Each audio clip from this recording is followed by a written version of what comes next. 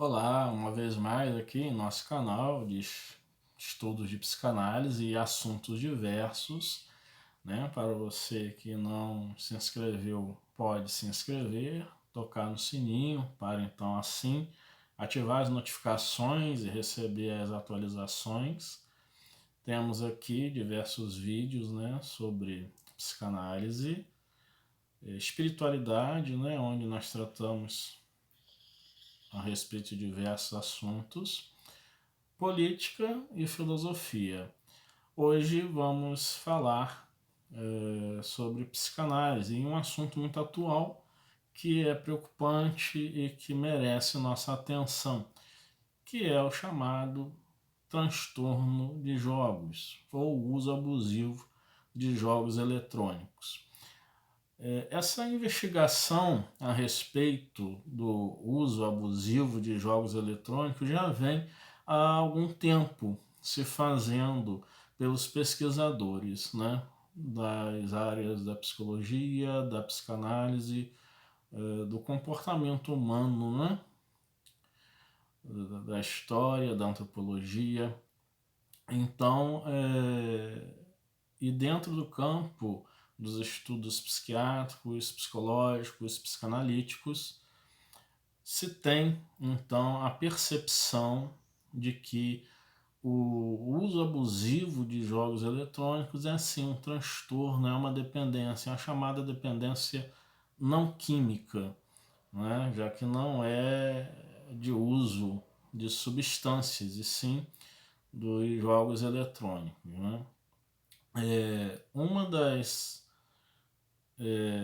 agora devidamente classificada, né, como transtorno de jogos na classificação internacional de doenças, a CID, ou Código Internacional de Doenças, CID-11, que vai vigorar a partir de 2022, mas foi apresentada, né, em maio do ano passado, 2019, onde está lá, né, o Gaming Disorder, acho que é assim que pronuncia, né, ou numa tradução livre, transtorno de jogos ou uso abusivo de jogos eletrônicos.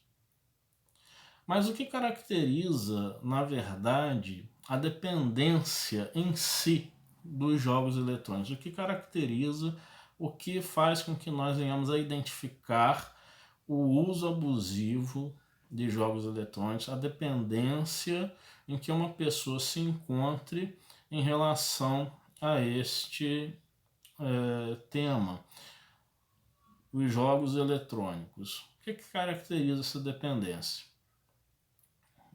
Foram feitas as investigações a respeito, os estudos, e o que foi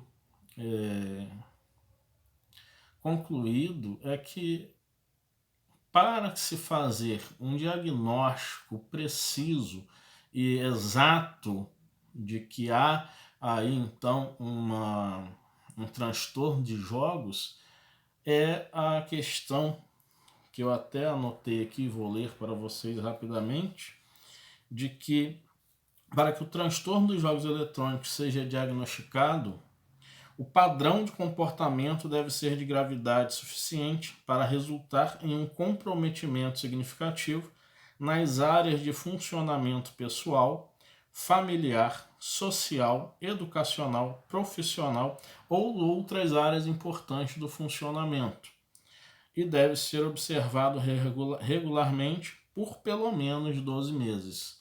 Então, é preciso observar se o comportamento está tendo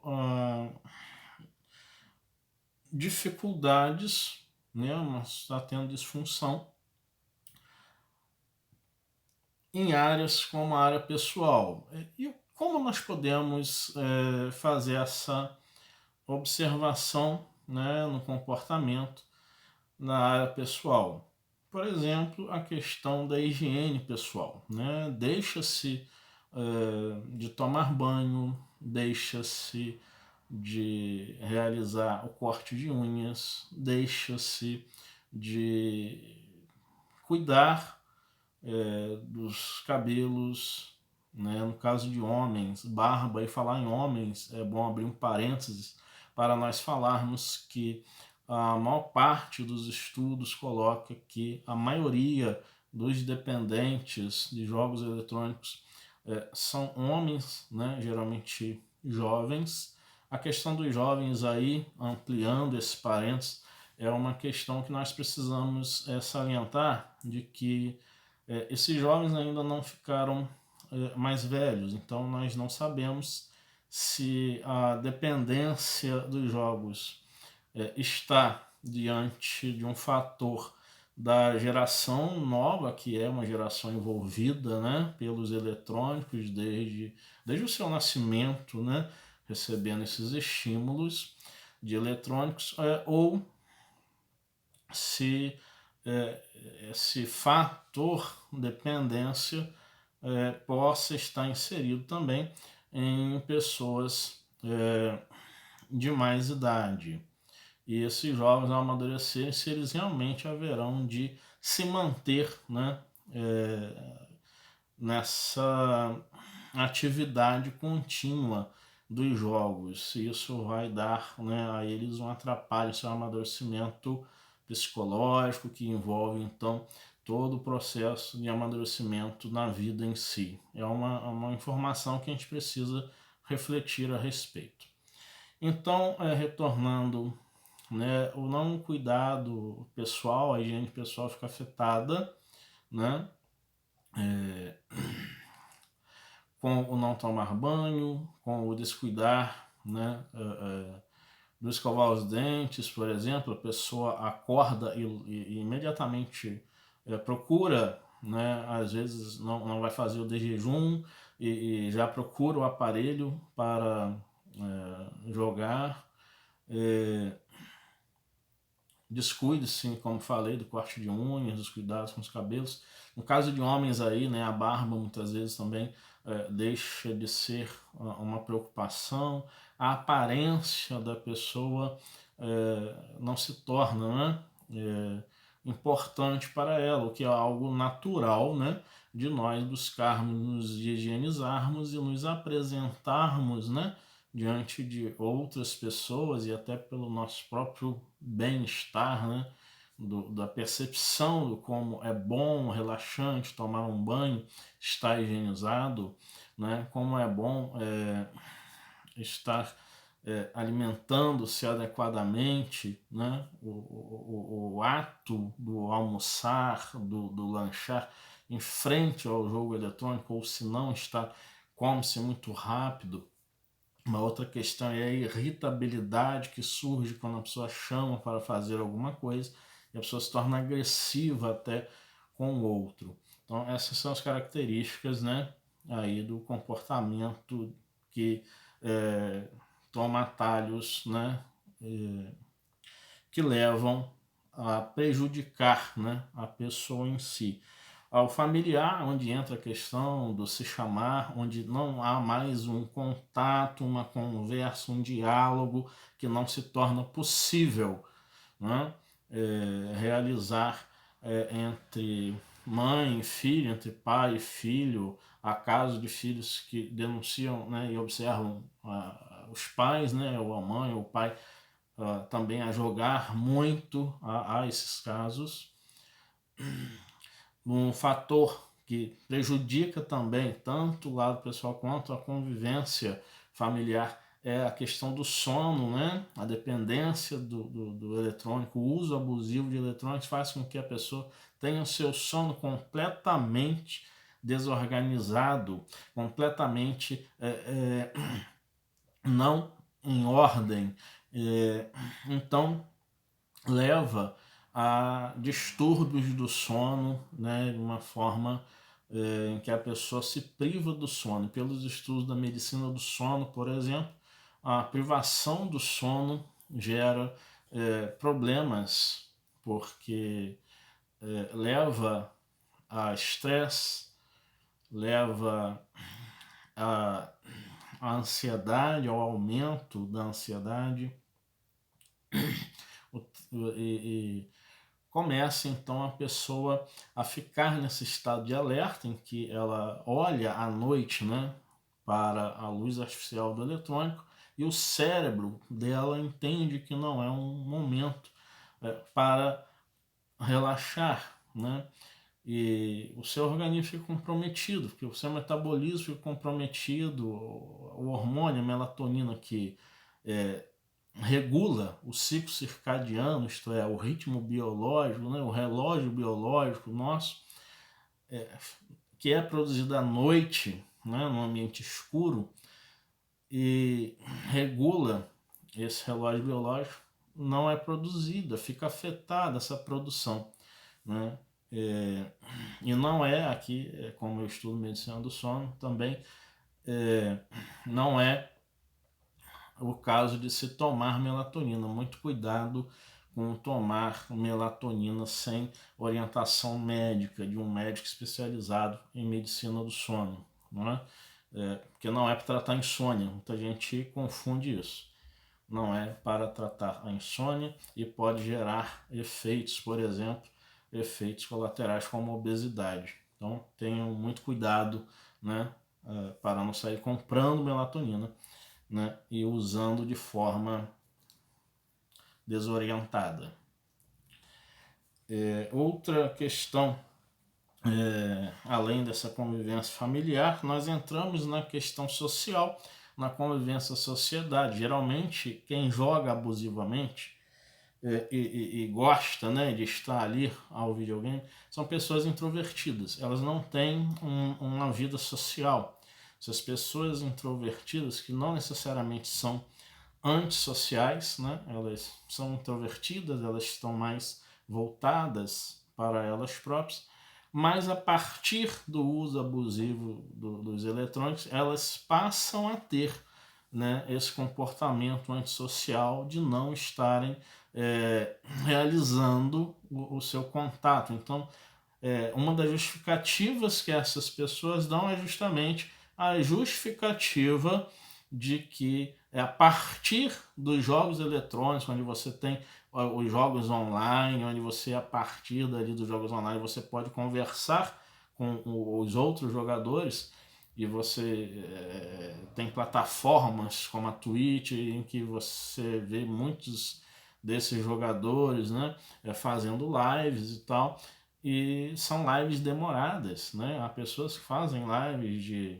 12 horas, 13 horas, o que vai denotando, né, um abuso, né, desse processo.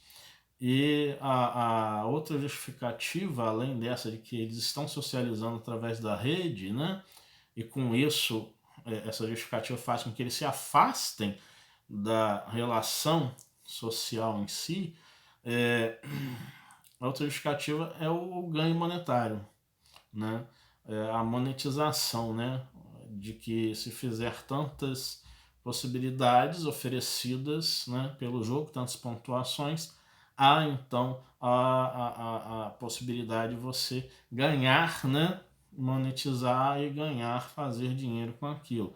Então eles colocam que é algo assim que, quem fala para mim que isso é inútil, isso é útil. Então é uma justificativa que tentam dar, né, tentam racionalizar o uso, né, a dependência dos jogos. A questão educacional, onde muitos deixam de estudar para estar jogando. Estão matriculados em uma faculdade, estão matriculados em alguns cursos de extensão e deixam de fazer os seus estudos, adolescentes deixam de fazer os deveres de casa na sala de aula, né, ou numa aula online, nesse período pandêmico que estamos vivendo, por exemplo, começam a se sentirem-se incomodados, começam a se irritarem, porque o que é de utilidade mesmo para eles é o jogo e não a aula em si. Então, esse campo educacional fica comprometido, a aprendizagem fica comprometida, porque nós sabemos pela neurociência que o cérebro, à medida em que você faz diversas atividades, você vai treinando cada vez mais o seu cérebro para aprender, para trazer até mesmo sensações de felicidade, desafios como aprender um outro idioma é importante, né? Então isso prejudica e muito a educação, e a pessoa deixa de fazer o seu desenvolvimento neste campo, que é essencial para um futuro, é essencial para se permanecer, por exemplo, em um caminho progressivo, caso a pessoa já seja, né, um trabalhador, né, profissional. No campo profissional, né, a pessoa começa a chegar atrasada no serviço. Se ela trabalha em home office, como é o caso, né, de alguns hoje, ela não realiza dentro daquele horário, ela busca fazer o trabalho de uma maneira muito rápida, ela começa a não pensar, né, em soluções mais adequadas para este ou aquele problema, e isso faz com que essas pessoas tenham, né, essa desordem em sua vida profissional. Então é preciso prestar muita atenção nestes quesitos, né, observar estas situações a fim de se perceber o quanto é necessário realmente ter um cuidado, ter um controle. Quem é pai, quem é mãe, que tem os filhos menores, procurem colocar jogos pedagógicos, né, com horários definidos. Os pais que estão percebendo adolescentes se envolvendo cada vez mais com jogos, ou que a pessoa possa não ser exatamente um adolescente, tenha lá, seja um jovem adulto de 20, 21 anos, apesar da psicologia falar que até os 25 anos, né, você está aí fazendo uma transição da adolescência para a idade adulta. Tem aplicativos hoje em que você pode controlar isso, né, e que se coloca no celular, se liga, se conecta ao celular do outro e trava então o computador do outro. Tipo, você jogou agora 3 horas e isso então se não dá para fazer acordos, né? A dificuldade do jovem aceitar o acordo, do tipo, acordos como? Na questão de, vou usar as palavras aqui, punição e recompensa, premiação e castigo, né? Conversar e falar, olha, você vai receber tal coisa, né, se você cumprir os horários específicos de jogos assim, né, e conversar, olha, nós precisamos sair, nós precisamos realizar outras atividades e você não deve ficar somente no jogo. É a mesma coisa de se falar, ó, vou permitir que você jogue, como antigamente se tinha, né, vou permitir que você jogue durante tanto tempo, mas olha, você passou em determinada disciplina na escola, né? São estímulos, são coisas básicas, né? Na educação, que antigamente se tinha muito disso, né? Dessa questão do que você vai fazer algo e vai ter algo. Agora, uma das coisas a falar é perceber que nem todas as pessoas que estão jogando são dependentes, elas têm um transtorno de jogo. Eu tenho um analisante que me permitiu explanar aqui, ele é casado, ele tem quase 40 anos, e ele joga, né? Quase todos os dias ele passa algum período de tempo jogando. Esse jogar dele tem muito a ver com relaxar, ao deixar o trabalho dele home office, fazer o jogo, ou antes, né, de realizar o trabalho, jogar, que ali ele relaxa, mas ele não deixa de cumprir com as suas responsabilidades, do pagar as contas, do realizar o trabalho dentro do horário específico. Se precisa fazer hora extra, ele faz. E se algum dia ele não joga, não vê problema nenhum nisso, ele não fica irritado, então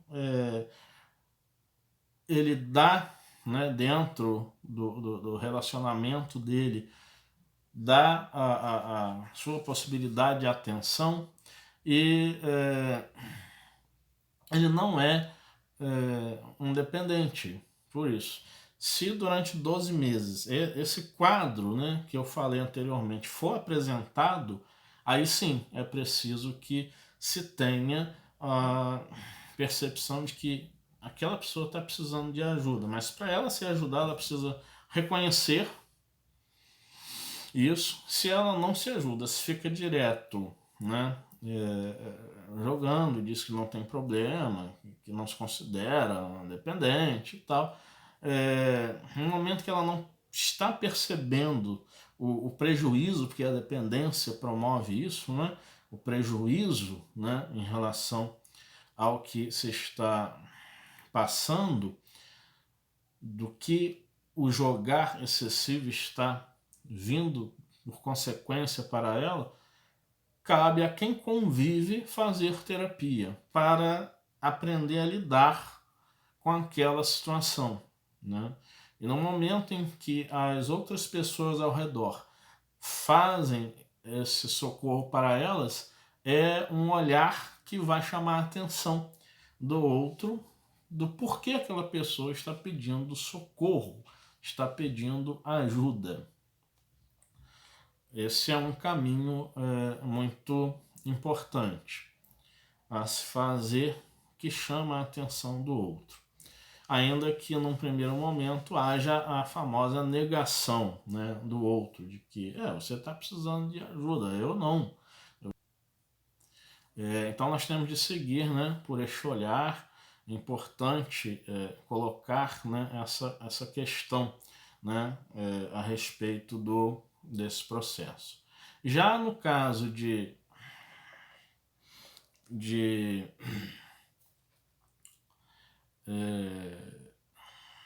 e outras questões envolvidas, questões médicas, isso que eu quero falar, as questões médicas você tem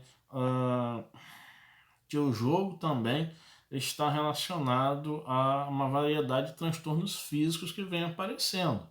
Por exemplo, a pessoa pode vir a sofrer as consequências, né, de um distúrbio de movimento repetitivo. Ela pode vir a sofrer aí uma questão ortopédica, porque fica muito tempo em uma só posição, a coluna, né, tem o seu prejuízo. Nós sabemos dentro do campo, né, medicinal, os médicos colocam isso, que o ficar muito tempo deitado, muito tempo em pé, muito tempo sentado prejudica, né? Muito tempo deitado prejudica a musculatura, prejudica aos ossos. Então, em tudo nós devemos buscar sempre um equilíbrio. Disfunção sexual aparece, né? Porque a pessoa passa a ter um prazer, né? Um prazer que é como na essência de um filme, que há uma recompensa. Você joga e no momento que você, o simples fato de estar jogando, a dopamina é um hormônio que é liberado e dá a sensação de prazer, e esse prazer que é por conta de uma recompensa. Estou jogando e estou sendo recompensado naquele momento.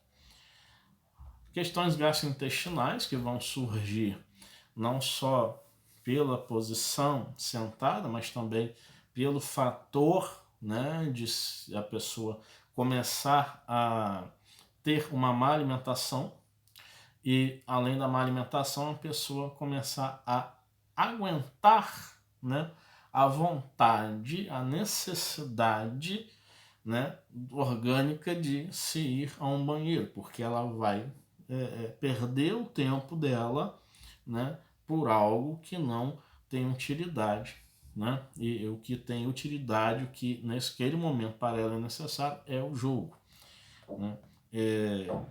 Dificuldades também cardiovasculares, que onde entra aí, né, a possibilidade também devido à alimentação completamente descontrolada, geralmente uma alimentação gordurosa, por ser rápida, né? Jovens que eu atendo, por exemplo, comem muito batata frita, né? Porque é prático, né? Você ficar pegando, ou doces, né? Também comem com muita facilidade. Então isso faz com que há uma questão, né, justamente de você se perceber, né? Enquanto jogador, perceber, né? Caso você esteja assistindo esse vídeo, perceber esse tipo de movimentação e as causas, as consequências, causas, né, das consequências, dos efeitos que você possa sentir, que são esses problemas relativos ao psicológico e ao físico em si mesmo. Então, para aqueles que convivem com pessoas assim, busquem observar, né, em um período aí de 12 meses, né, o que está havendo. É claro que não se pode ser rígido, né? Ah, depois de 12 meses você tem isto, né? E não é só isso, nós precisamos perceber que à medida em que um comportamento vem se fazendo completamente desorganizado, né, daquilo que se vê das necessidades de importância na relação consigo mesmo, da relação familiar, da relação social, da relação educacional, da relação com o trabalho, a profissional em si, se tem de buscar alertar a pessoa, conversar, a fim de que em momentos iniciais, provavelmente, ela venha a perceber que ela está começando a abusar, né, do uso dos jogos eletrônicos. E uma outra coisa que nós, analistas, os psicólogos, os terapeutas, né, das demais áreas, devemos ficar atentos, né, ao tratarmos dessas questões, é de que às vezes nós podemos imaginar que estejamos tratando um transtorno de jogo, quando na verdade o transtorno maior aí, que é claro, o transtorno de jogo leva a ele, seja um transtorno de ansiedade, e onde o jogo é um refúgio, é uma fuga para que a pessoa tenha, não é, a possibilidade de realizar, não é, um alívio, né, daquela ansiedade. Então é preciso a gente ter muito cuidado e buscar identificar a real causa, né, se realmente é a dependência em si ou